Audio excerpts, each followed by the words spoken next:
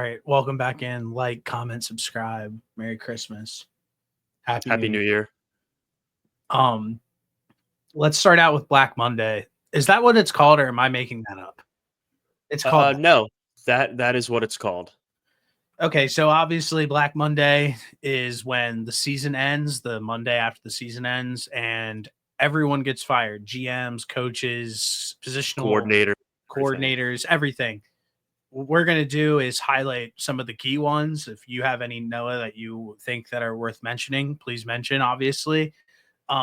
So let's start with that. And then whenever you hit on one that we want to talk about, we can dive into it. I know that there's a few teams that we agreed on that would probably be a good talking point because we had a lot of stock in them before the season. And I feel like it kind of played out in a way that we were right pretty much the entire time. Yeah, I mean the most recent one today, right before taping, Antonio Pierce was fired as the head coach of the Raiders, You don't which say. we all predicted. You don't say. What's crazy about that is, first things first, Raiders fans, you guys are complete idiots. And yeah, this will be clipped because I want all the smoke again because of what you guys came into our comment section like with your chest puffed out, thinking that you guys had everything figured out and literally had the season from hell. And to think that that Aiden O'Connell was even remotely the answer was pathetic. And on top of it, thinking that Antonio Pierce, who has never been a head coach anywhere, would be a good opportunity, him being a good position to be the head coach of an NFL organization. So let me look at some of these comments real quick for you here, Noah. I think you're set up to fail. This man just said that they don't have a great roster. LOL. Are you serious? Pierce is a leader of men. Exactly what the Raiders need. You guys will eat your words. Good one. This podcast is a joke. They said the Chargers are 100 times better than the Raiders. Oh, interesting. The Chargers are in the fucking playoffs. That's right. So I can go on and on and on these comments and how pathetic the Raiders fans are and how stupid you guys look. Obviously, they're keeping on Tom Telesco. I don't know if I really love that move for them, but I mean, you had Brock Bowers kind of fall into your lap and he's generational. So like, good for you. That I don't think I think anybody could have made that pick. Me and you could have made that pick. So yeah. I think that like good for Telesco, but Antonio Pierce, the writing was written on the wall when the season ended last year and you looked at this roster and how it was set up. And if you thought that they would have any real success with Antonio Pierce, who is not a guru on defense or offense, you probably could have had a pretty decent idea that he was going to get fired, which we called. I also don't think it's a great sign for an organization when you fire a head coach middle of the season like they did. Week 9, they fired their OC, Luke Getsy. So like that was probably a sign where things weren't going well and they had to make some type of decision and figure out, okay, can we turn this around? Not really when Antonio Pierce is your head coach and you are rotating through 3 different quarterbacks that none of them deserve to be remotely close to a starter in the NFL. Yeah, I think probably the first thing we talked about this, like, there's no tanking in the NFL. Guys on the team don't care. Coaches don't care. They're all coaching for their jobs. When Antonio Pierce won that game a few weeks ago and they were like, hey, you just lost number 1 overall pick. Antonio Pierce was like, talk to Telesco about that, like, essentially. Yeah. They clearly were not on the same page. Right now they sit at pick number 6. So it's really looking like every single team in front of them, the top 3, Tennessee, Cleveland, New York, it seems like they're going to be the guys to take the quarterbacks in this year's draft. There might be another one that pops up out of the blue, but I mean, as of right now, it's Cam Ward, Shedeur Sanders, and me and you went back and forth about like a Drew Aller potentially. Those are really the first round guys, it seems like, and unless if somebody else just like kind of pops out of the blue. Yeah, and I mean, at this point, it doesn't really seem like there is any, like, if Quinn Ewers decides to go, I mean, I could see somebody overdrafting him maybe, but that's pretty unlikely in my book. I don't really feel like he's a first round guy, and I also don't really think he's going to go out. And then, like you said, Drew Aller. But other than that, like Carson Beck announced he's going out. Stupid move on his part, but he wasn't a first round quarterback. He won't be a first round quarterback this year. So, No. like, there's not really any other options for Las Vegas unless they really decide that they want to trade up. They're going to have to pivot to signing somebody. But even in this class, Shadur and Cam Ward, I don't think are worth trading up for. But we can talk Yeah, about that throughout the another summer. day. You know what I'm saying. Gut feeling, like with what the Raiders are going to be doing, we don't have to spend too much time on this, obviously, but what they're going to do next, I have no idea. I've obviously, you have Tom Brady. I think he probably had a say in getting Antonio Yeah. Pierce gone a little bit too. But I just don't know where they could go. I think there's a ton of more attractive options like out there for the top guys that we really like, and I think the public really likes, like a Vrabel, for example. Like, I think that they're probably not in the running for Vrabel, but ultimately anything can happen. But I don't know really as of right now today what what direction the Raiders will go for a coach. Yeah, I'll be interested to see who they are gonna or who they're gonna interview. Obviously, the Antonio Pierce firing just happened. Um, I would assume they probably have somewhat of a list, but I don't think it hasn't been announced yet as of us recording. So I'll be interested to see how that goes. Um, Next big name, Doug Peterson out as the head coach of the Jacksonville Jaguars. Um, I thought that the Jags would end up turning it around this season, but it just never really worked out.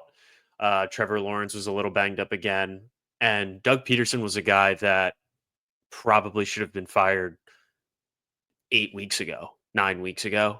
Um, Yeah, so it just felt like they weren't going to after the Paris trip or London trip, wherever the hell they were. When they lost the first game, he stayed out there for the next week, and yeah, then he obviously won that next game. I was like, okay, that would have been their opportunity to do so, and then it felt like they were like, all right, let's just like weather it, and we'll just call it what it is.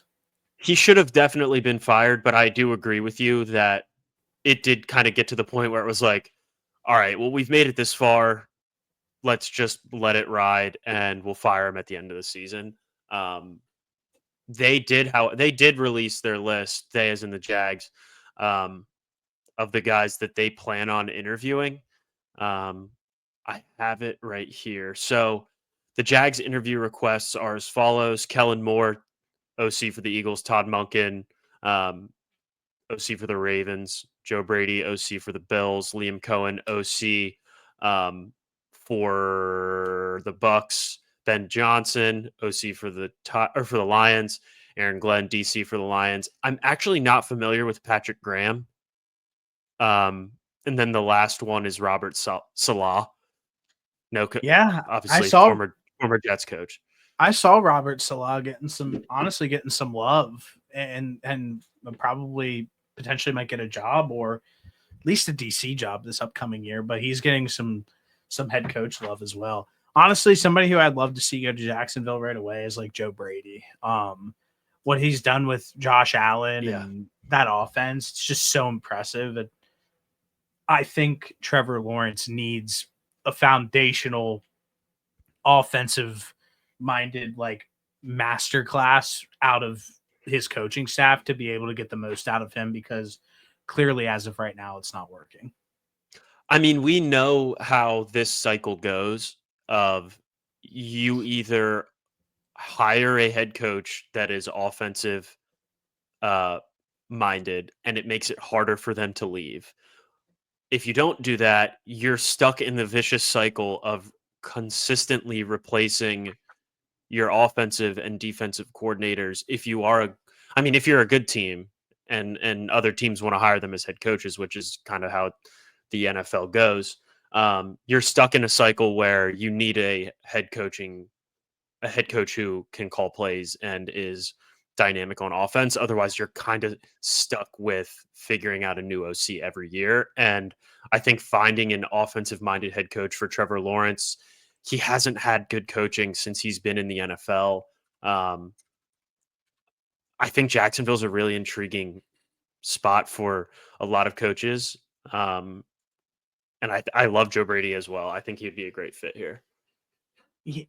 I get what you're saying, but like even if you look at like what the Tampa Bay Buccaneers have been doing since like Brady's been there, like I agree. every single year they have a new offensive coordinator. Todd Bowles is their head coach, and like they're still winning games, and their offenses are still fun to watch.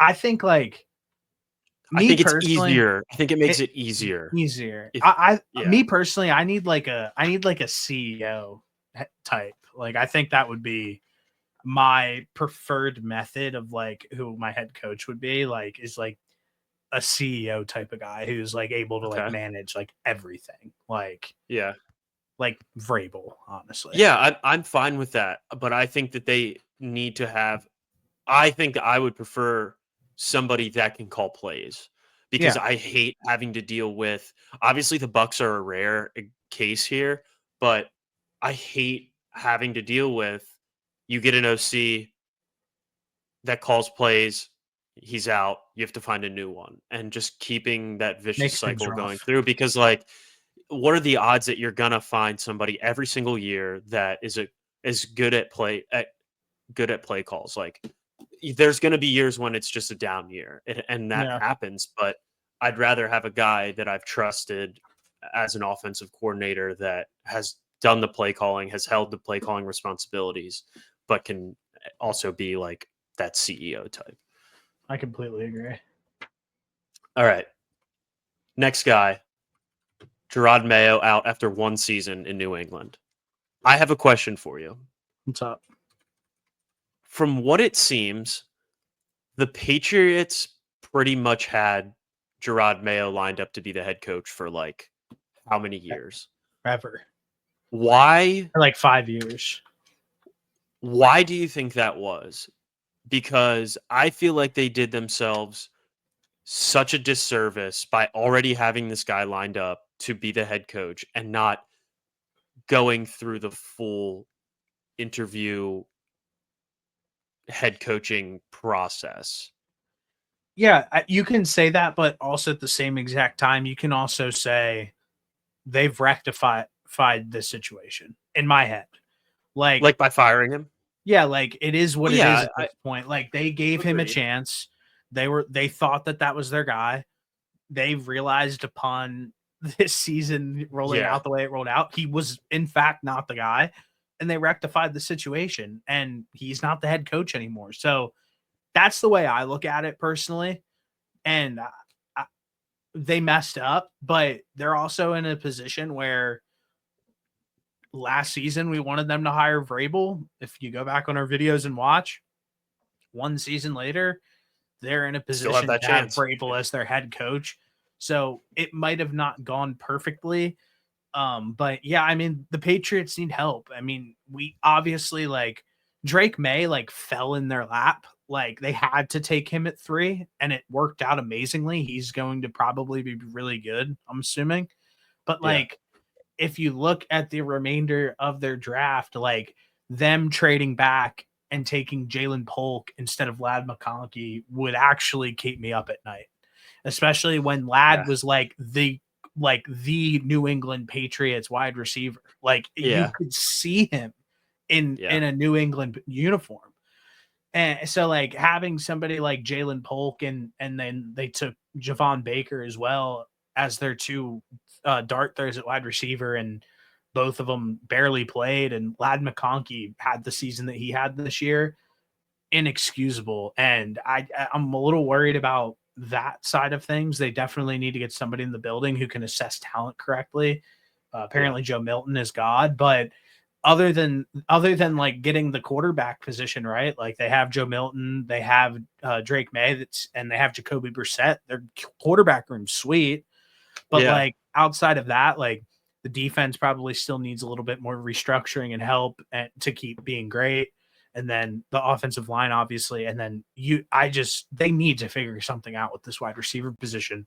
They haven't had anybody in the building worth a damn since like 2020 when like Jacoby Myers was there. They had Like, Juju. okay. Like, but you know what I mean? Like, it's been the position for wide receiver for the Patriots has Bad. been grim. So I get what you're saying. I went off on a little tangent there, so my bad. I get what you're saying about Gerard Mayo, but it would have been really bad, and we could have been having a way bigger and deeper conversation if Robert Kraft was like, "Nope, this is my guy. Correct. He's the great guy," and Yeah, like for was sure. just like old and crazy and like didn't care. Like honestly, hats off to Robert Kraft a little bit because you look at like what Jerry Jones does year after year after year and like is like shocked that he gets the same outcome every single time. Like Mhm. Robert Kraft knows that nothing was going to change and he made the change. So I honestly like almost respect that he took that leap of faith and made the change that he had to make. So now do absolutely whatever you have to do to get Mike Vrabel in the building. Make sure when Yeah. he comes in to interview to be the head coach for the New England Patriots, you do not allow him to leave until he's wearing a New England Patriots hat. Like Yeah. that has to be your guy no matter what. I think it's a match made in heaven. I think it's perfect. They have the quarterback. Go get Mike Vrabel. And I think that would be the next best thing for the New England Patriots to do. There's a part of me that thinks that Gerard Mayo would still be the head coach if Drake May didn't show the flashes that he did. I Yeah. think they pretty much were like, we have to get this guy out of the building because we have the guy at quarterback. Yeah. Like, we can't just let Drake May deal with this horrible coaching performance for his entire NFL. We can't let this carry on any longer. So I think they did do a great job. I'm glad that it doesn't necessarily seem like Drake May his growth was stunted at all by this coaching decision at the beginning of the year because I thought he showed some really good flashes. There's a lot of people that already like him more than Caleb Williams, Yeah. and I think I think that's definitely a good sign for Patriots fans. And like you said, I think it's really important that Robert Kraft had the self awareness, look in the mirror and say, hey, we're the Patriots. We are an organization that prides ourselves on having the right guy in there, head coach. Mayo's not the guy. We got to pull the band-aid off this and we can't let this carry on any longer. Otherwise, we're going to piss away a great opportunity with a quarterback that could be really special. Yeah, and I think that they looked at I think they also looked at the market as well and realized like, you know what, like we probably need one of these guys in the building. Yeah, and there's a lot of good options. Like I said I want Vrabel, but ultimately there's a lot of good options like Liam Cohen and Ben Johnson and all these guys who've had their names thrown around. I think those guys would be good potentially good options as well for New England Patriots, but yeah, I would, like I said, I just me personally want to see Vrabel back in New England. I think that'd be sweet. I feel like a lot of Patriots fans are probably feeling the same way. The only one that I actually know wants Vrabel back in the building as well. Yeah. All right. A couple coordinators here that were kind of surprising. The Seahawks fired Ryan Grubb. Actually, maybe not necessarily, but the Bengals also fired defensive coordinator Lou Anarumo. I think the Lou Anarumo one, like these both kind of sucked because Lou Anarumo was just not dealt a great hand with the defense that he had. And I don't know why Ryan Grubb got fired because I didn't think that the offense was the issue in Seattle. So go wherever you want with those two, but I was shocked too. Maybe they just didn't like each other. Maybe McDonald and Grubb didn't like each other, right? That has to be it because like for what they had on offense, and what I mean by that is like I think we had a big argument about this the other day with like literally for like 3 hours. I think Geno Smith's a really great quarterback. Like what he does with the Seattle offense, like on a week to week basis, is like he makes some incredible throws. He's not afraid to make any throw, and he knows where to go majority of the time with his decisions. I know that he had a lot of picks this year, but that's also because he's aggressive. Um, their offensive line for the last 2 to 3 seasons has been absolutely horrendous. They are always hurt. They don't draft good guys. Like, so Yeah. that's always an issue. And then like their running back room, like, is shaky. Like, I think so. I mean, when I know that Charbonnet goes out and has some good games like every once in a while, but like that's your second string running back. And then I think a lot of people like Kenny Walker. I'm not as big on Kenny Walker as a lot of people are.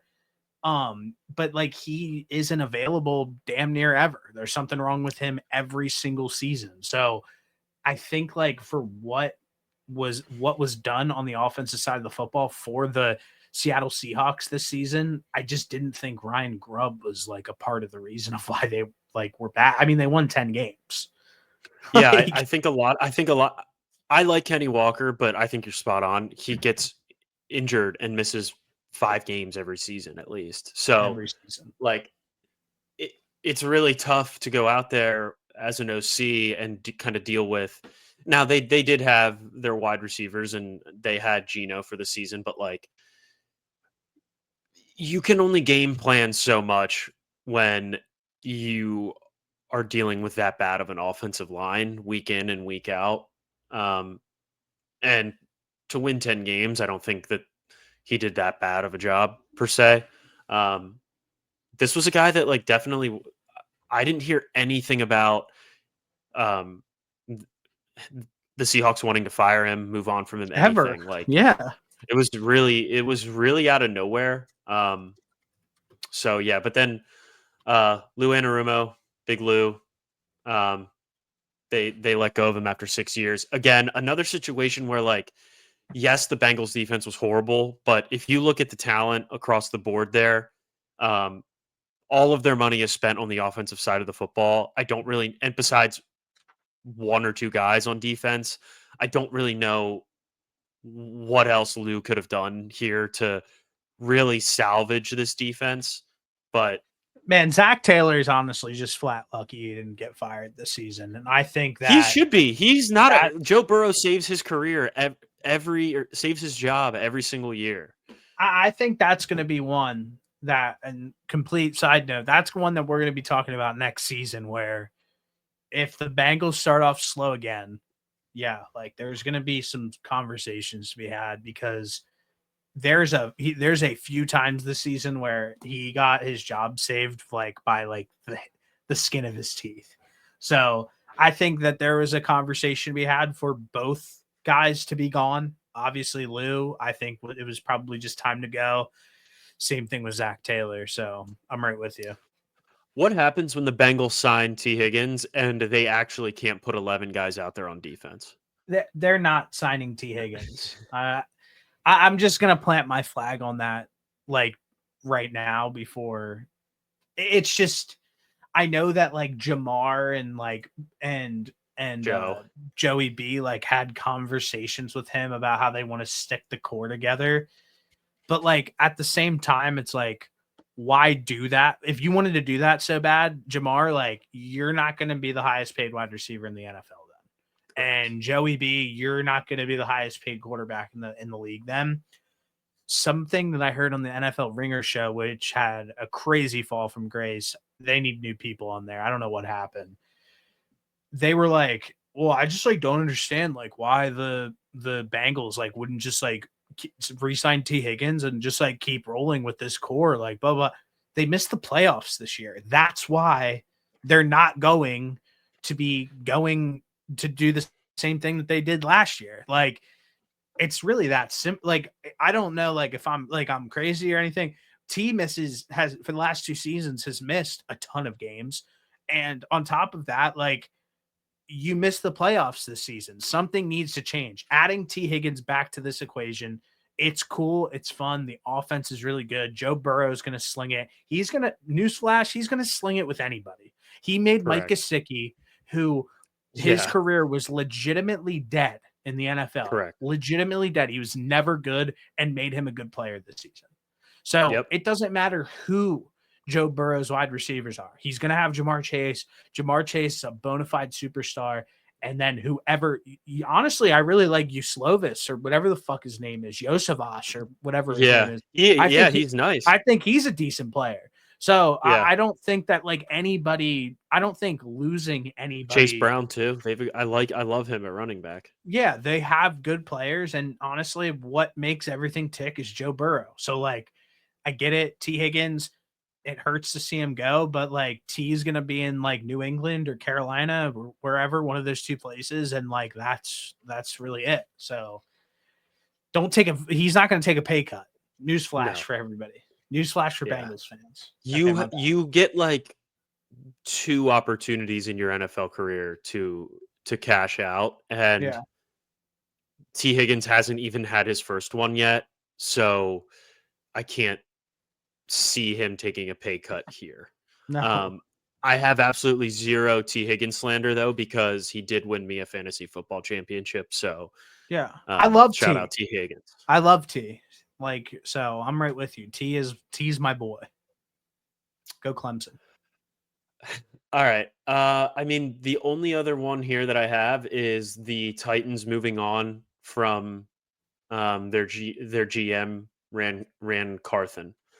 That job is like weird though. I feel like it's cursed. I feel like that it's job's cursed. Weird. He spent so much money on like and resources to put this roster together, and they have the number 1 overall pick. So like it's just like it's a weird job. I don't really understand this job. I mean, anybody that drafts Will Levis probably doesn't deserve to have a job.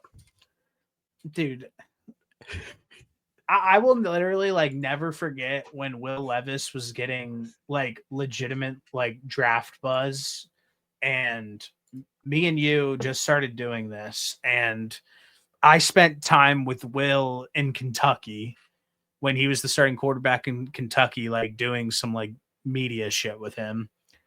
And our mutual friend Adam Brenneman was like, Will Levis is QB1, like blah blah blah, like this, that, and the third. And I was just like, and you said the same thing. We were like, Will couldn't beat out Sean Clifford at Penn State. Like he's not good. Like he's just not a good player. So like we were like always on that. Will, good guy. I'm not like good guy. Nothing against him. Probably shouldn't, like obviously he shouldn't leak himself, but it's some different conversation. He's like a good guy, but like he's gonna be a great backup quarterback. Because he can always come in, be mobile, and throw rockets if he needs to. And I think that he'll always have a backup job. So I think so too. Dream scenario. Yeah, you're gonna get paid to chill out and play like maybe 3 games a season. So I don't really know what's better than that. I don't think that being the starting quarterback for the Titans is that good of a gig, but that's for another day. I mean, I'll be honest. I think that Ran Carthen did a decent job of like trying to put talent together, at least spending money and putting effort in trying to improve the Titans. But yeah, there is not. He went after adding a 31-year-old Calvin Ridley, 30-year-old Calvin Ridley, however old Calvin Ridley is. He did the Steve Keim special. Steve Keim special. He went after every like quote unquote big name on the market. Oh, I need Tony Pollard. I need Calvin Ridley. I need L'Jarius Sneed. Like, bro, I didn't hear one thing about L'Jarius Sneed this entire season.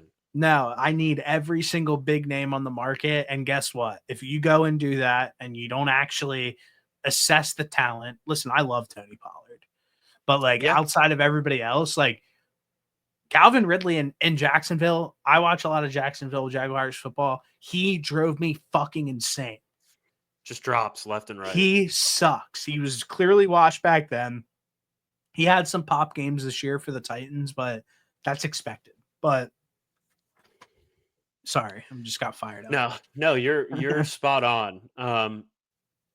The thing is, like, I like Tony Pollard too. I thought he had a decent season, but like, it's really tough to be a legitimate star running back when you just don't have the quarterback play. And if you don't have the quarterback play and you don't have the offensive line, like, what are you realistically supposed to do? If anything, spend that money, invest in your O line, which they have done. They have been drafting offensive linemen. I'll give them credit for that.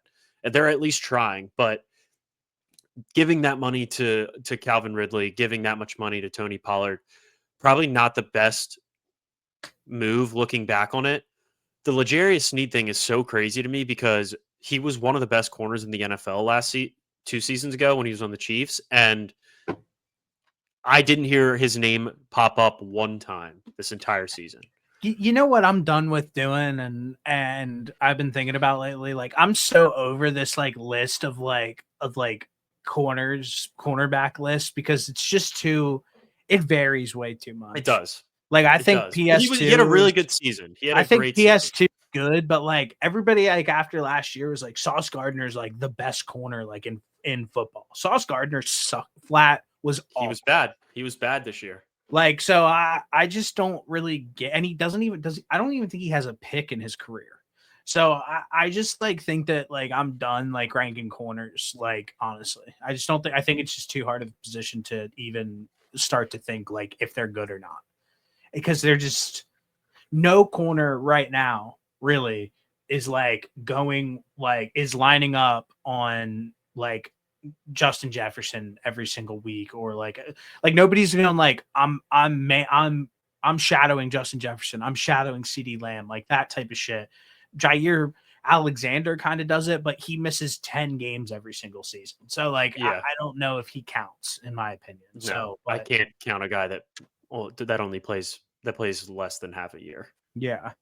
So, yeah, I think that's all of the names that we have as of right now. I wanted to bring up a name of a guy that wasn't fired that you did think you thought would be fired, and that's Brian Daboll. Yes. I want to hear your thoughts on that, because they came out, they announced that him and the GM were both safe. Yeah, are they? You Did think? you see what the owner said? He said that they need to get it together fast. Because I don't have any patience left. Which, guess what? Why would he come out and say that they're safe, but then go and say that? Honestly, if your feeling towards the two guys that you have in the positions right now is they need to get this together fast or I'm done, fire them.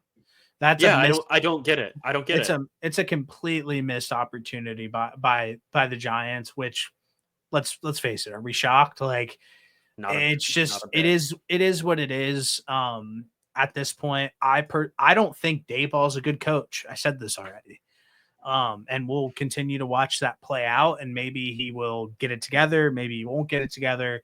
I would not personally allow it's the situation, like I said, with Telesco. Brock Bowers fell into his lap. Malik Neighbors fell into their lap. Like, Malik Neighbors was a can't miss pick. Like, everybody said that. Like, you know what I mean? And when you funnel 100, what did he have? 178 targets this season or something like that. When you have like 110 catches. When you funnel that many targets to a wide receiver, I don't care who they are going to have a good season. So obviously, I think he is extremely good. I'm not saying that he's not. Let me see how many. He had 170 targets this season. So, like, if you give somebody that sort of volume after drafting them, it's obviously going to work. They're obviously going to produce. They're obviously going to play well. So yeah, I think that it was probably a little bit of a missed opportunity for them to get those guys out of the building. Yeah, I was really surprised by the whole thing too, because as much as I didn't think he would be fired, but it started to creep into my mind, like, kind of as the season, when we first talked about it, it did begin to creep into my head towards the end of the year. Like, what has Daboll done that he deserves to stay? as the head coach of the Giants, because again, we've talked about this earlier. They had the number one pick and they won a game. Players, coaches don't care about that if they have a feeling they're going to be fired, especially. Um, but he won them out of the first pick almost, and now they're sitting here at what, two, Yeah, three, three.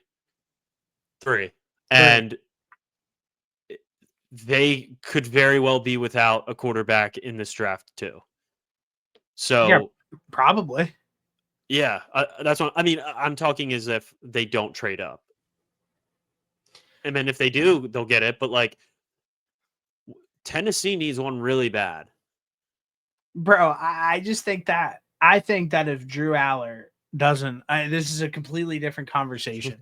But I think if Drew Aller doesn't declare like this draft is screwed. Yeah, this draft class is worse than when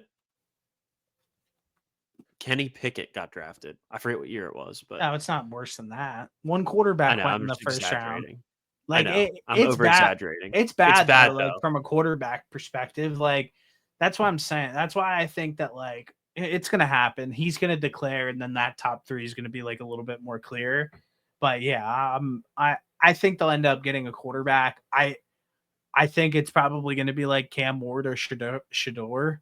I think that I I think that as of right now, I think there's going to be I think the top guys might opt out to play in Cleveland. Might be a hot take, might like whatever. I think that anybody who plays quarterback right now, why would you want to go and play for the Cleveland Browns? Why? You have Shadon Watson there still, who Gets paid whatever, 45 million guaranteed a year. that whole situation's bad. And then if you just flat look at the history of the quarterback position for the Cleveland Browns and how they have handled it for the forever, it's bad. The last time that they drafted a quarterback, one overall, which was Baker Mayfield, he took them to the playoffs, won them a playoff game, and they thought after They ran him that out of town. it would have been a good idea to go and get Deshaun Watson. And now Baker's winning the division every single year, and Deshaun Watson sucks. So as an agent, as a businessman, even me and you, like sitting here, like if you see anybody who has a fucking clue, if you see that's how you treat homegrown guys that you take number one overall and like your top talent, why would you want to have those people who the owners are still the same, have them have any control over your professional career when there's other organizations who have a proven track record of taking care of their people? So that would be my reasoning of why I think a lot of these quarterbacks don't want anything to do with it. And I think that that might be a situation that pops up. I definitely know Shadur is not playing in Cleveland. I was just gonna say I can 1000% see Shadur saying I will not play for Cleveland. Mm-hmm. So if that is the case, it'd be really interesting to see that. It'll be really interesting to see this whole thing play out. But we will obviously save that for another day. Is there any other teams that you think should have probably fired a head coach that did not? No, no. I think everything played out. I think everything pretty much happened the way that we thought it was going to happen, other than I was really keen on the Giants. I thought the Giants were going to fire those two guys, and they didn't. But everything else pretty much played out exactly the way that we believed. From a head coaching standpoint, 100%. Yep. Yeah. Yeah. So I think that's all of them. Well, I mean, anything can happen here in these next coming days, but I would assume that pretty much all of the head coaches that were fired um, that has been taken care of up to this point. But we'll see. And it looks like probably, and the Bears have requested to interview Mike McCarthy for the Cowboys. I think that there might be a situation where the Cowboys might need a head coach. So there's moves are still not done fully, but those are some stuff that has happened so far already, yesterday Yeah. and today. Yeah, I'm excited to see who the Bears hire. I'm excited to see who the Jags hire. If McCarthy does leave Dallas, I'll be interested to see who Dallas ends up making their head coach. So, Me too. also the Jets too. I know you wanted to talk about them a little bit more as far as their head coaching search goes. I'm almost like now, like officially just like worried about like what the Jets are going to like be doing with their head coaching search, because they have interviewed everybody. They're bringing everybody in for an interview. They had Rex Ryan come in. They like announced today Rex Ryan has concluded his head coaching interview with the Jets. Um, they said they were going to have Ron Rivera come in. Um, I I just am so confused on what direction they're trying to go to, why they feel like it's necessary to request. It just seems like they don't have a plan. That's what I'm getting at right now.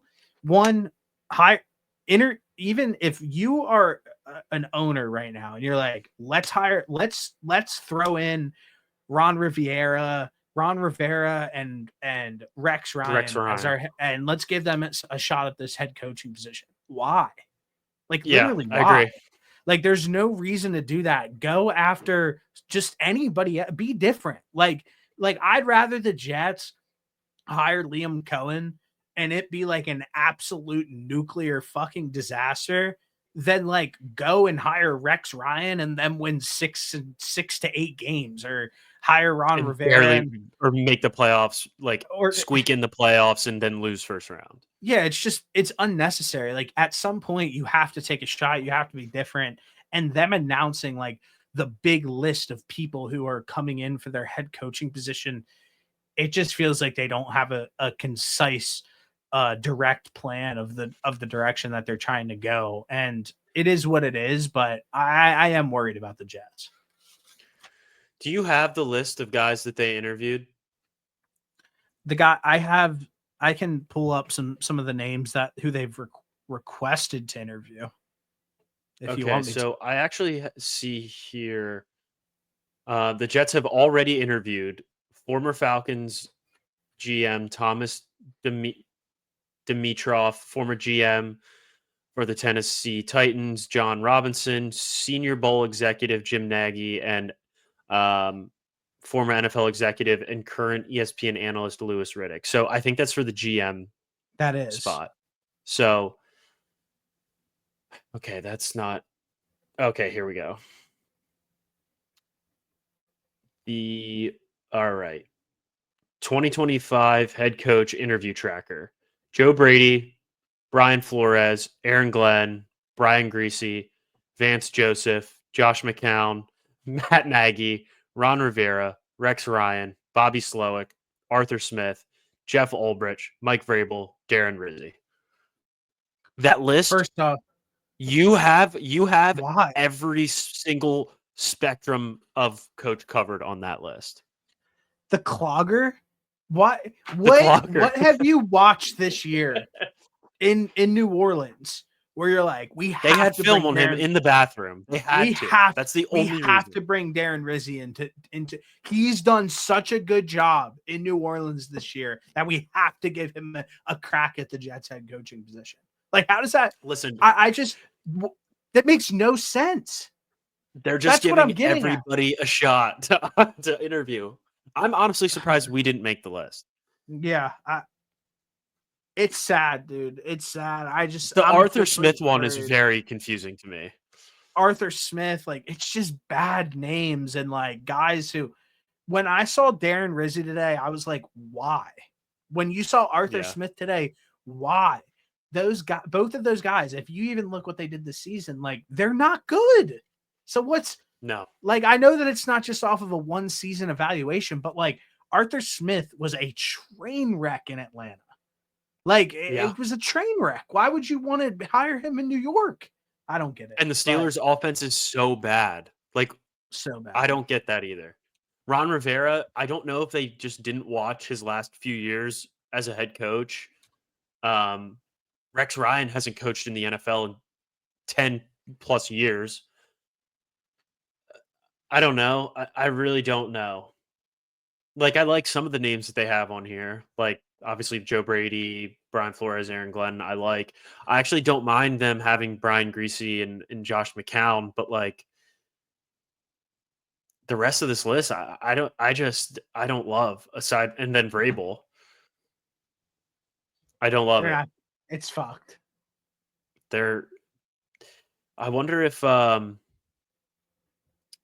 who's the owner?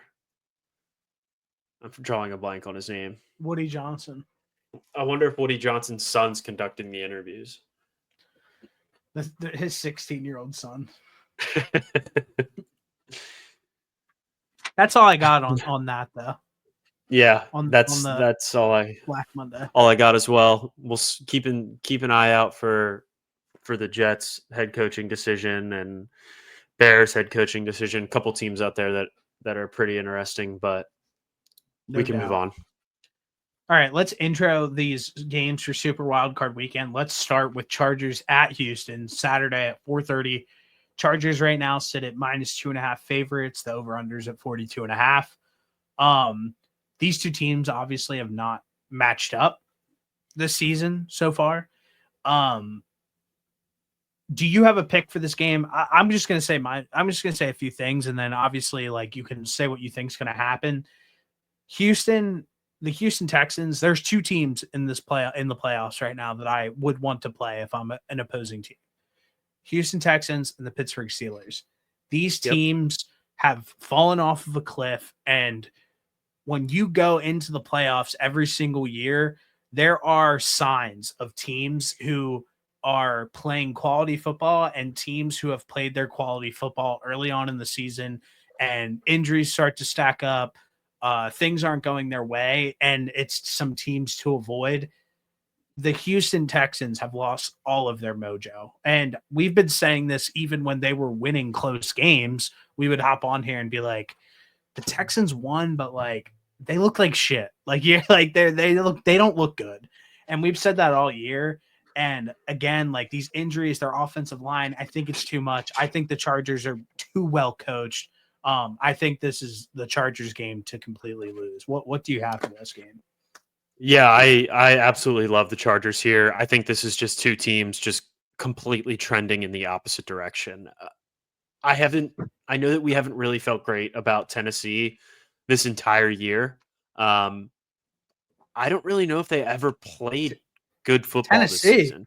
I mean, not Tennessee. Texans. Sorry, I have ESPN pulled up. I was like, wait a second. The article says Tennessee's on the clock. But the Texans, I don't really think they've played good football this entire season, which, again, we kind of predicted that coming in with the fact that they would have to play a much tougher schedule, and it played out just how we predicted. So I love the Chargers here. I think they cover 2.5. I think they're more physical. I think they're better coached. And I think Harbaugh goes in there and gets a playoff win year one in the NFL. Of his reintroduction to the NFL. Yeah, I think so too. I said I think the Chargers win this game by a touchdown. I think that this could be a game where it could be low scoring, but I think that the Chargers defense just is just flat too much for the Houston Texans. So definitely like the Chargers this weekend. Yeah. Next game, Pittsburgh Steelers at the Baltimore Ravens, Saturday, 8:00 at night. The Ravens right now are 9.5-point favorites. The over-under sits at 43.5. These two teams matched up 2 times this season, being obviously their interdivision rivals. First matchup was like a low-scoring rock fight where the Steelers came out on top. Second matchup, Ravens put belt to ass, handled business. Something that we pointed out before the season started was the Steelers stretch down the end of the season was the toughest part of their season. Everybody knew it was coming, but how they handled themselves in this last stretch of the season really spoke to how crazy above expectation they were playing. 4 straight losses to the Eagles, Ravens, Chiefs, and Bengals. We highlighted this before the season that we did not think the Steelers were a good football team. Their defensive stats and where they sit are skewed because of how well they play from time to time. Like there might be some games where they play well above expectation, but something that I said and you agreed with me was like, I think that this defense regresses to the means this season and sits around somewhere between the middle of the pack. And that's exactly what happened. And then as the season went on, we highlighted in the season that we thought that they had one of the worst offensive skill groups in the entire NFL. And obviously over the last like back stretch half of the season, you really start to notice how thin that wide receiving core is, how limited Najee Harris is. And obviously they have an absolute their quarterback room is some of the worst in the NFL. So what do you have for this game? And do you have anything else that you want to add about the Steelers and or the Ravens?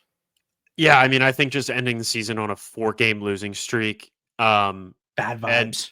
even giving the Bengals an ounce of hope in that very last game to make the playoffs is really not how you want to end the year. The biggest issue here is this offense. This skill position group is just absolutely horrible. If you can't get George Pickens going, which we saw exactly what happened against the Bengals on last weekend.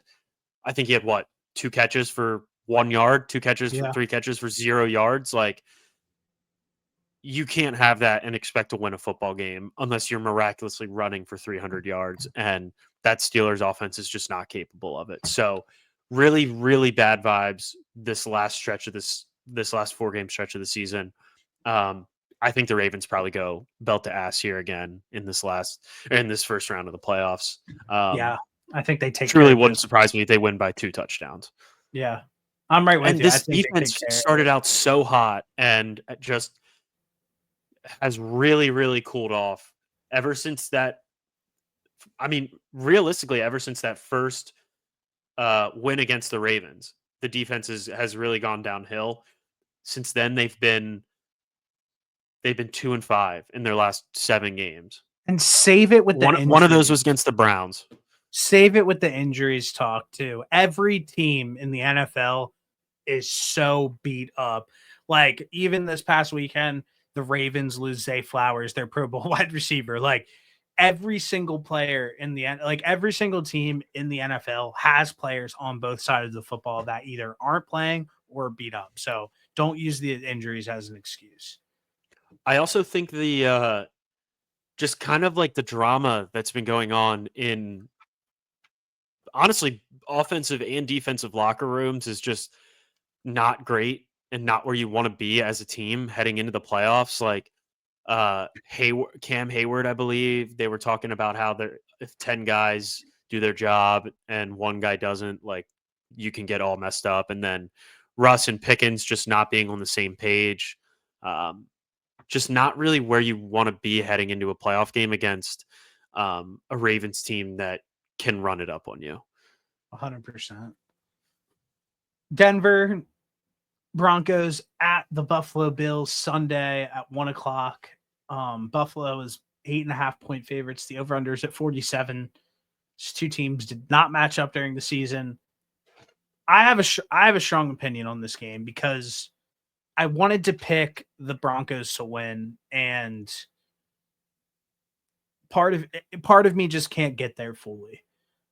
Just because at some point you have to go with Josh Allen, the veteran. He's been there before at home, 1:00. The Broncos are coming the whole way across to the East Coast, playing at 1:00.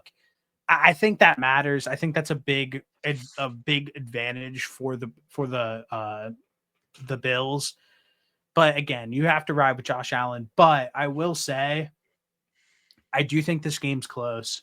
I think Denver covers that 8.5-point spread, but I definitely think the Bills win this football game. That's exactly where I'm at too. I was going to take the Broncos plus the points here. I think their defense is solid, but like you mentioned, having to go across the country to play in Buffalo against one of the best quarterbacks in the NFL is never a very fun place to be in the first round, especially with a rookie quarterback. I feel like you don't really understand the difficulty of going into Buffalo as a rookie in your first playoff game. Tough place to play.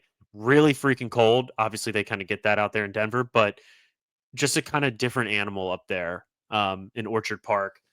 Like I said, though, I do like the Broncos to cover, but also one thing that really hasn't been talked about a lot, which you mentioned the other day when we were talking about the Broncos, was who have the Broncos beaten? What teams have they beaten with winning records? Um, I think that it is important to, if you're gonna pick a team to win in the playoffs that is an underdog, I think they have to show you that they have beaten teams that are better than them and are capable of doing so.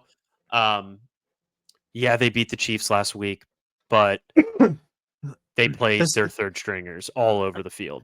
the C squad Chiefs don't count. I was looking at their schedule the other day. They beat one playoff team, the Bucks, in the week 3, and then since then they lost.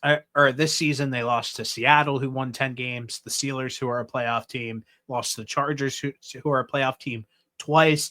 They got smoked by the Ravens. Lost to the Chiefs, and then lost to the Bengals. And the teams that they beat: Colts, Browns, Raiders, Falcons, like Saints, like those wins. And Brady was trying to, our boy Brady was trying to be like, I don't know, Brady just hates me and like just goes against literally every single thing that I could possibly say. Um, he's like, well, only a team like can only beat like a few playoff teams like in a year. Yeah, like I get it, that's true, but like also like every single team that the Broncos have beat are like teams that have like 4 wins, like 4 to 8 wins. So like Yeah. at a point, like it's just like okay, like they can't beat teams who like actually have a pulse. So And that's not an issue. Like you have a rookie quarterback and you're good enough. You're playing above your expectations. I mean, not Brady's. Brady expected them to be here, but like not many other people outside of Denver thought that the Broncos would be a playoff team and win 10 games. Like yeah.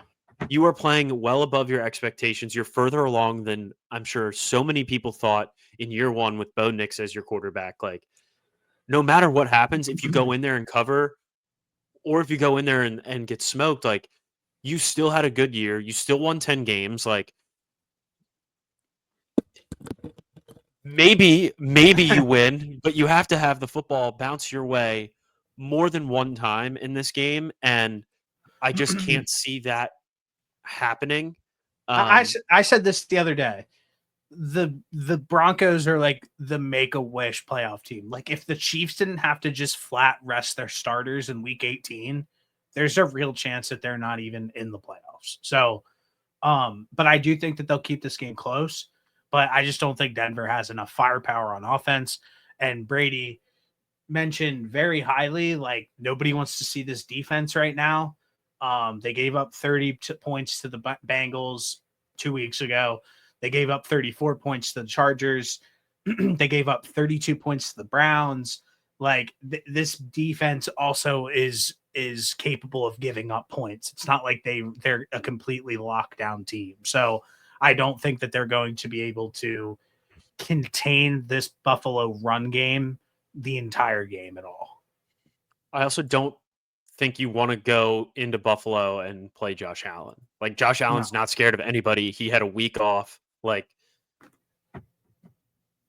he's no. You have to just go. You Josh got to Allen. go with Josh Allen. You have to go with him. At least right now, you got to think he takes care of business. So next game on the docket here is the Green Bay Packers at the Philadelphia Eagles at Sunday at 4:30.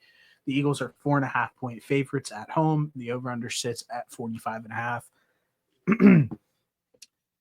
This is another. The Packers are another team that they obviously played earlier in the season. Week 1 came down to the wire. Jordan Love hurts his knee in that game. They played at a neutral field. This is one, but same thing. Like Christian Watson just got announced that he's out for the season with torn ACL. Jair Alexander's out for the year with a PCL. This team just feels like they're a team that is just continuing to like lose their mojo a little bit, like doesn't have like that same pop. ultimately they still have Jordan Love. I don't know. He has battled a groin injury this year. He's battled a knee injury this year. There's something wrong with his elbow, I believe. I think that he's fine, but still, I am a little worried about the Green Bay Packers going into Philly, and the Philly, if Philly just runs the ball and sits on them for 3 quarters, and how they could really control this football game. Like I said, I just think this is a spot where the Packers just don't have enough, and things didn't go their way this season. Still a great team, still young, still going to be good for a long time, but this season alone, things just haven't gone their way really at all. Yeah, I see here that Matt LaFleur addressed the reporters 2 days ago, and that Jordan Love will be good for the Eagles game. Um, really, I don't like. I think that if the Eagles go in there and they just take care of business, that they don't have anything to worry about. They take care of the football. They play good defense. I think they win this game by a touchdown. What's going on with Jalen I Hurts? Because I saw that so he's still in concussion protocol. Is he good? so I saw that you weren't allowed to technically clear concussion protocol until they had practice today. I don't know. I haven't seen anything here recently. At what Um, point are you a 10 out of 10 panic button that he's in concussion protocol? uh, 10 out of 10 panic button would be Friday. Not 8 today. out of 10 is Thursday. What about today? 8 out of 10. Today I'm at a 2. If it comes out right now that he's on concussion protocol, I'd be worried. Well, let's search it. I'm trying to find right now.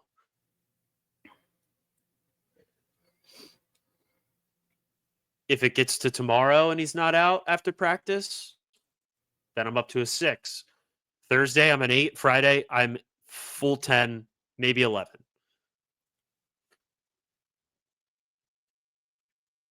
I'm not seeing anything. I know I'm they haven't worried. really announced it. He's been out for what, Although 3 I weeks? did just see that 2 weeks. Okay. They did release Ian Book, so I would assume that means a quarterback is being added back to the roster. He is on the roster. Yeah, but like if you're in protocol, you're allowed to sign another quarterback to your. Sure. You're just trying to make yourself feel better. Yeah, no shit. Yeah, I'm just kidding. No, but ultimately, if Jalen Hurts plays, I think that this team, like I said, just run the football. Like it's that. Yeah, simple. take care of the football, play solid defense. I don't even think it's worth watching the first game of the season because I think it's just the Packers are just a different team, and I don't really know if it's worth putting that much stake into the first game of the season. But I feel good about this. I do think the Eagles cover. They just got to go in there. This is just a lunch pail game. You go in there, you take care of business, and then you get out. Last game, or 2 more games actually. First one. This might be a lineage play for me personally. Washington Commanders at the Tampa Bay Buccaneers. Bucks are -3 at home. The over-under's at 50.5. This is an absolute lineage bet for me personally, is Washington Commanders to win this game and the over. I mean, I just think the Commanders are a little bit of like team of destiny this year. And I think that they're going to win one playoff game. But after next week, honestly, after Jaden Daniels torched the Falcons, I was like, this guy is just like literally like insane. So I just like I gotta trust Jaden Daniels at this point. What are you doing? I'm just lighting a match, dude. Okay. Yeah. As you told me the plan for the episode, I was looking through everything and I was like, I love the Commanders and the over in this one. Yeah. I think these two teams are just going to be slinging it all over the field. I think there's going to be a lot of points. I kind of get the same vibe with you as far as like team of destiny kind of. Like they have a little bit of juice around them. Yeah, As ton. far as like first time making the playoffs in how long? I don't It's know. been a minute, I'm pretty sure. But Yeah, they snuck in and like 3 years ago. it feels way longer. Yeah, But either way, like I don't know. I like Jaden Daniels a lot. He was a fantasy. He helped me win a fantasy championship. So I'm gonna respect. I'm gonna put respect on my guys. This playoffs. I love the Washington Commanders +3 over 50.5. yeah. I just think, like I said, I just think Jaden Daniels has so much juice right now, and his ability to run the football. I said this the other. He's just gonna win. He's gonna win an MVP at some point. Like Yeah. he's going to. If he stays healthy, he'll win an MVP. He's Lamar Jackson. Like that's who Jaden Daniels is. Um. So I yeah, I wanted. really. I was gonna say I wanted to ask you about the coach, the OC in Washington. His name has been brought up, Cliff Kingsbury. What's the reasoning for him to do anything right now? Because he's still getting paid his contract from the Arizona Cardinals, his head coaching money from this year and next. He's making a shit ton of money. I don't think that there's any reason for him to rush into any situation at all when you can be in Washington and be with Jaden Daniels. And um, I think at some point he'll be a head coach again, but Okay. I don't think it's this offseason at all. Okay. Yeah, I don't know. I don't know what to think about it because it does seem like he finally put together like a consistent season um, on the offensive side of the football. There were I some lulls, but I do realistically feel like Jaden Daniels had a pretty impressive season from start to finish. yeah, Um, and I understand wanting to be the guy that I'm going to say the Bears just because of the connection with Caleb Williams. I understand wanting to be the guy that goes in there and fixes that, but like you're also kind of the guy that's fixing the Washington Commanders right now. yeah, And from what we've seen, Jaden Daniels has had infinitely better um, season than Caleb Williams, and the Commanders were a team that we were definitely wrong on for sure. coming into the season. So like m- maybe the narcissistic version of Cliff Kingsbury comes out and he wants to go, but like I would be pretty content with where I'm at right now if I'm him. I don't think Cliff is a narcissistic guy. Honestly, he went after he got fired from the Cardinals. He like notoriously booked a one-way ticket to Yeah, Thailand, and then he like came back and was like an offensive like analyst for analyst. USC, and just like Yeah, worked with the quarterbacks. And like I I don't think that Cliff's making a ton of money. I think that he's in a good spot, obviously, like like team wise. They yeah. go out and win a playoff game this year, he's just going to be like, okay, great. And he's just going to be able to kind of keep parlaying that. He's still going to be a hot name next year too. Like, so I don't think Cliff is a. I think Cliff is calculated and makes good moves for himself personally. I think he's a smart guy. He should take the Ben Johnson approach to Yeah, being a head coach. I think why not? that I think that he should put together a couple years. He's like what 37 years old. Probably. Let me check.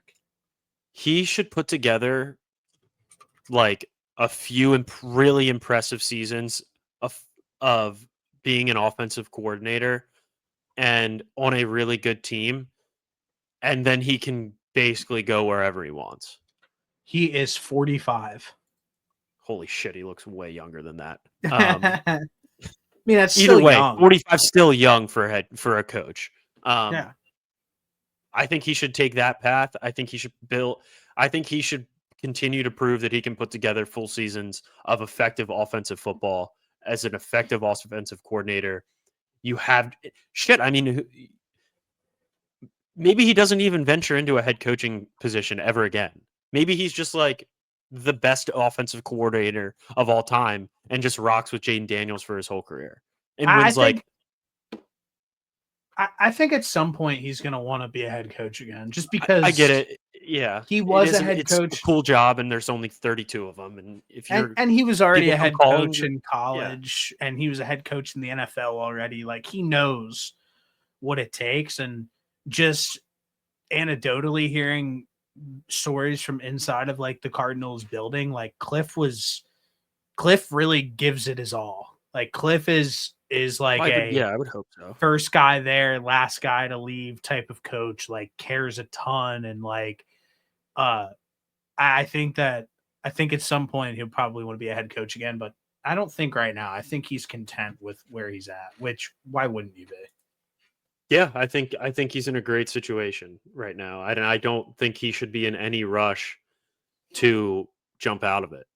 No, not at all. It's so difficult to go and turn a franchise around Yeah, that yeah, it's sick as hell if you can go in and not necessarily just speaking about Cliff Kingsbury, but like it's sick as hell to go in there and completely turn around the Chicago Bears and you'll be a superstar in Chicago for the rest of your life. But like it is so freaking difficult. You can have so much talent in your building and like things still not work out. It's just crazy. definitely. Like I said, I just think like why he's a no, just the fact that he's still getting paid his full contract from the Arizona Yeah. Cardinals, like I Yeah. just think he's in a different position than I think he's in a different position mentally than a lot of other people. It's very fair. Last game is Monday night. The Minnesota Vikings at the LA Rams. The Vikings are 1.5 point favorites. The over-unders at 47.5. This is another lineage bet for me. I feel like everybody has completely forgot about what the Minnesota Vikings have done this entire season, and they are getting absolutely zero respect in this spot. The Rams last week literally had to rest all of their guys because of how banged up they are. Yeah. And I don't know if 1 week really does anything for that. Like, obviously, you have Puka Nacua, he's a dog. Cooper Cup looks like he can't is having another season where he's coming off of injury and can't get fully healthy. Um, I think that this is an opportunity for the Vikings to go in and take care of business on the road against the Rams. Yeah, I mean, aside I don't know. I don't know if there's a better matchup for the Vikings than the Rams as of right now. That's what I think I too. I think everybody I'm right there with you. I think everybody is super down on the Vikings and like whatever, they just got their shit stomped in by the Lions, but like the Lions are pretty good and I still think that there's a huge gap between the Lions, Vikings, Eagles and then the rest of the NFC. Yeah. Like I this line only being at 1.5 is kind of surprising to me. I think they're reading into last week way too much. Um, I think that Sam Darnold just had a bad game. He made some bad throws, and shit happens. I mean, they went what 14-3. Yeah. Like he's bound to have a bad game at some point, right? Like it happens. I really think that they bounce back here. Um, and I really think that obviously I think they cover 1.5. Who's checking Justin Jefferson and Jordan Nobody. Addison on the Lions Nobody. defense? I mean, on the Rams defense. Nobody. No. That's really I that's think really what it comes down to for me. and I think that um this coaching staff, although McVay is a wizard, I think that the coaching staff in Minnesota is really solid. I think they're going to put together a really good game plan and they just have better players. Like, I don't 100%. really know how great I feel about a banged up back end of his career, Matt Stafford, dealing with getting blitzed 60% of the game. Like, how's that offensive line going to hold up when Van Ginkel and those guys are coming down your throat every play? I am completely with you. So yeah, I'm I'm on the completely with Vikings here. you. One last thing, and then we'll close out because people are getting way too comfortable with me, and I feel like at some point that I got to remember, I got to kind of remind people of some things. Yeah, obviously we're gonna miss on some takes, and like it is what it is. But screaming out how we're wrong on so much stuff, but like failing to even slightly recognize all of the stuff that we got right for this entire season is absolutely ridiculous. Like I checked our one video the other day, and like I said, sell your stock on these three teams: the Bengals, the 49ers, and the Raiders. None of those teams made the playoffs. Yep. Me and you were all in on Bryce Young. Guess what? Everyone's sucking Bryce Young right now and loves him. Yeah. So for I can go on and on, obviously, but just remember, I know that like it's very easy for a lot of people to sit around and be like, well, you got this wrong and this wrong and that wrong, like blah blah blah. It's just like, okay, go back through and say everything that we got right. Listen, Because the thing is this is basically like gambling. Like if you hit it 50% plus gambling, you're considered a sharp. And like yeah, the fact of the matter is we're not going to be right about everything. We're not going to be wrong about everything. So like take it with a grain of salt if we're right, take it with a grain of salt if we're wrong, but odds are you've probably not you specifically, but plenty of people out there make bad takes all the time. But like yeah. it happens. That's what it is. Like nothing is going to be 100%, especially in the NFL. Nobody thought the Commanders were going to be good. Nobody thought the Broncos were going to be good. Like I just we want the weren't the only attention. ones. I just want the attention to detail of how somebody is wrong be the same attention to detail about how right you were about a situation too. Otherwise, don't do it. I agree. That's all I I got agree to with say. you. There was a good amount of things that we were right on, but it doesn't matter Bro, because that's not what people care about. first off, for anybody to sit around, we never gave up on Bryce Young ever. No. Even when he got benched, we were like, I was like, I think he might get traded and go. I literally said I think he might go to the Rams and become a star. Like I And that thought, would be cool. but But he he's doing his thing. literally solidified himself. They're not even going to think about taking a quarterback in this draft. He made it so much easier for that organization this offseason. 100%. But yeah, that's all I got, man.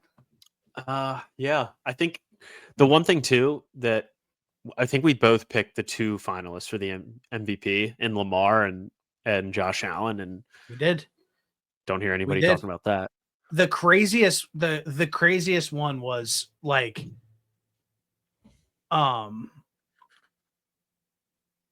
was the Lamar one, like where he was like, I literally was like, he's plus 1100 or whatever it was. Yeah. And I was like, every single, like my preseason bet, not like the craziest one ever, but like my personal one, because a lot of them I got wrong. But my like preseason like bet was like Lamar is like an MVP finalist every single time that he plays a full season. So just bet it at 1100 and just like he'll be there at the end. So like just take it for what it is. So like, yeah, I mean, obviously Lamar's a demon. I mean, I said it. I'm betting like I might bet like the second the season's over, Jane Daniels win MVP next year. I like that. I mean, because I just think he's at some point he's going to win an MVP. He's just what did he rush for the other night? 146 yards or something like that. Like if you're throwing for 225 yards and 146 yards in a game, like at some point it just becomes absolutely undeniable that you're going to be like winning an MVP at some point. Yeah.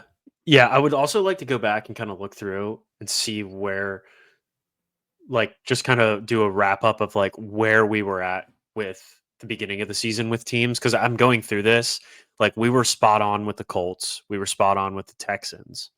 Like, those were both two teams that were like, we think they're going to regress, and the Colts are going to have like a shaky year. We were wrong with the Jets. We were right with the Dolphins. Wrong with the Bears. So we did. So I was wrong about the Chiefs. You were right because you said they were going to be a lot better than I said. Wrong about the Jets, wrong about the Bears, wrong about the Cowboys. In our defense, Dak missed the entire season. Yeah.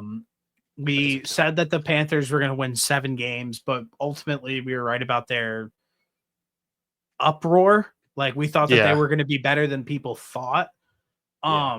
We were dead wrong about the Browns. We thought that they were going to be decent. Raiders we were right about.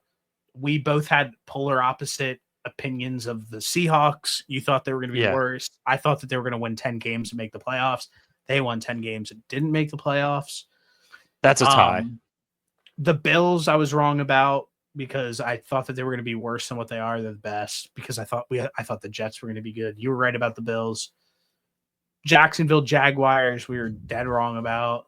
Yeah. Giants we were right about. The Patriots we were right about. Titans we were right about. Bengals we were right about. Falcons, if you rewatch the Falcons video, we literally that's another one where we I wrote the script on that shit. Like I literally was like, Raheem Morris is bad head coach. Kirk Cousins, we know who he is and he's not going to be good. I forget what you said for the Falcons off the top of my head. I picked them to win that division, but I literally think I had them at 9-8. Yeah. Right about the Packers, right about the Cardinals. I was wrong about the Rams. You were higher on them. We were right about the Dolphins, right about about San Fran, wrong about the Chargers, wrong about the Bucks, right about the Saints, right about the Lions, right about the Colts, like you said. I'd say we took an L on the Steelers, probably. What did we say?